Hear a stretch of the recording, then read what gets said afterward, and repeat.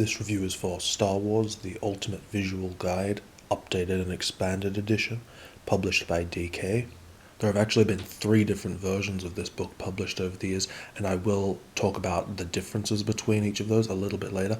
But first we should probably just talk about the book. So as you probably know, there are more Star Wars books than there are stars in the galaxy, many of which are published by DK, and it can be so confusing to understand the difference between all of them. Like, there's the Star Wars visual dictionaries, there's a visual encyclopedia, there's character encyclopedias, there's this Star Wars Ultimate Visual Guide, and there's another DK book called Ultimate Star Wars. And not only do they sound similar, but a lot of the contents are very similar and they look very similar, and each of them has had different editions over the years. It's really confusing.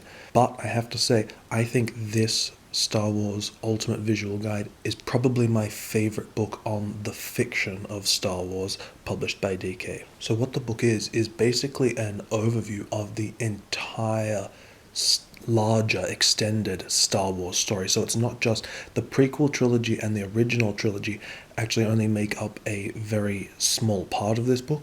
There's tons of stuff before with, the Old Republic, and then lots of stuff after Return of the Jedi, and even things in between in the Clone Wars. And that, for me, and I imagine a lot of other fans, is the best part of the book, because the pages dedicated to recapping the story for the movies is obviously the most boring, because we've all probably seen the Star Wars movies a bazillion times, and so it's really cool to have a book that has a heavy emphasis on the expanded Star Wars universe, because there are so many novels and comic books and video games that are part of this expanded universe that a lot of people, including myself, are not as familiar with. It's really great to have them included in this book, and this is the first book to ever present this survey of the larger story of Star Wars. And of course it is a very, very condensed version, because like most of DK's visual guides, the emphasis is kind of on the pictures, accompanied by smaller descriptions.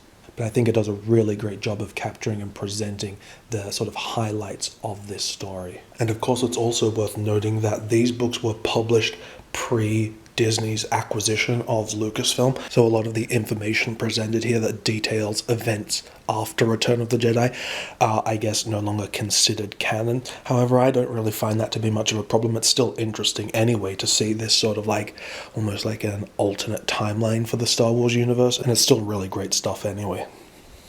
The book is written by Ryder Windham, who has written tons and tons of Star Wars books. And he has this really obsessive level of detailed knowledge of the Star Wars universe, so he's the perfect person to write this book. And then also the Lucasfilm editorial staff they have for this book is also really great. So you're in very good hands all around with this book. And fittingly, for a visual guide, it features over 1,000 images, most of which seem to be drawn from the Dark Horse comic books, which I think is really cool. And it makes sense because Ryder Windham, the author, he used to be an editor at Dark Horse and who worked on a lot of the Star Wars comic books, so he obviously has a lot of experience on that front.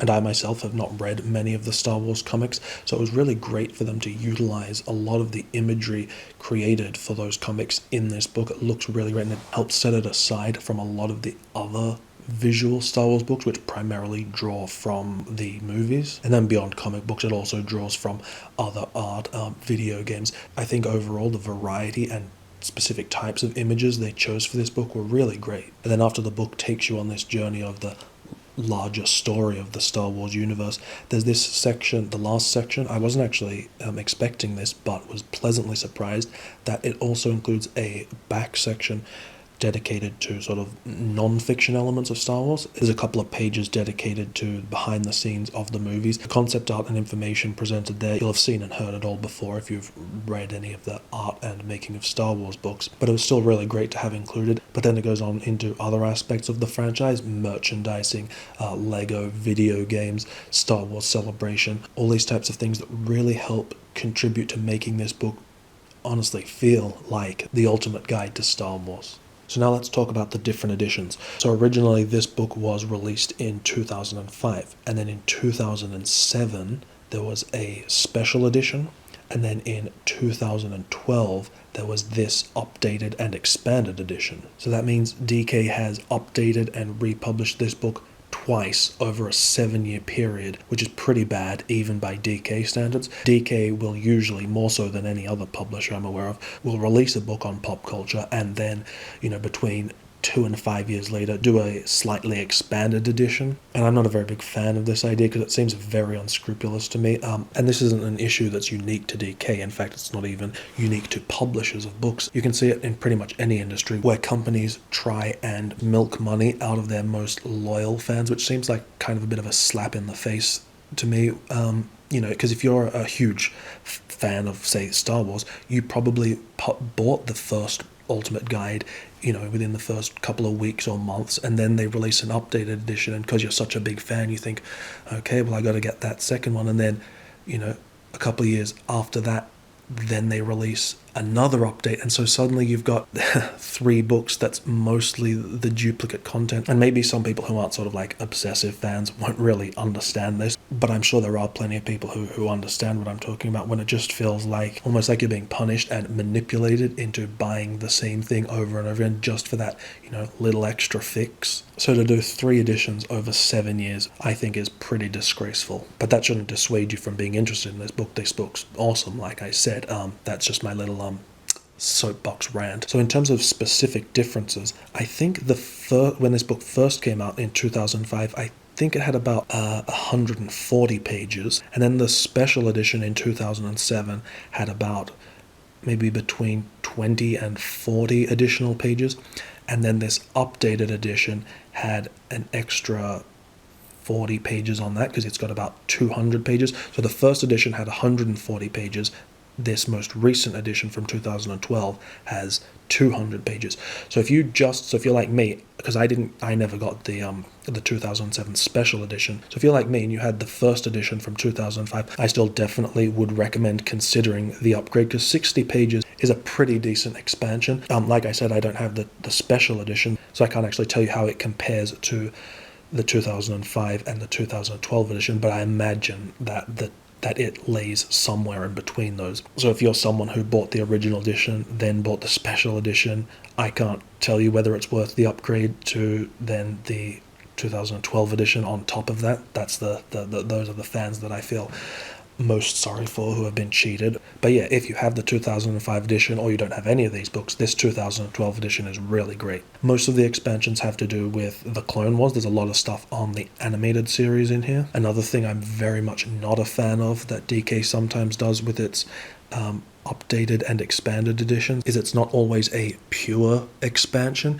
Oftentimes they will change images or remove certain elements, and I don't really like that, because then if you are a really hardcore fan, you've got that problem of you can't just throw out your old copy of the book because it has a couple of it might have a few little tidbits that the expanded edition doesn't have, which doesn't seem right to me. So I'll show you some pictures of some of the changes that they have made from the original edition to this 2012 updated edition. Mostly it's just the swapping out of a couple of images. I didn't go through the text line by line, unfortunately. I'm not that obsessive, so I can't tell you any changes on that front.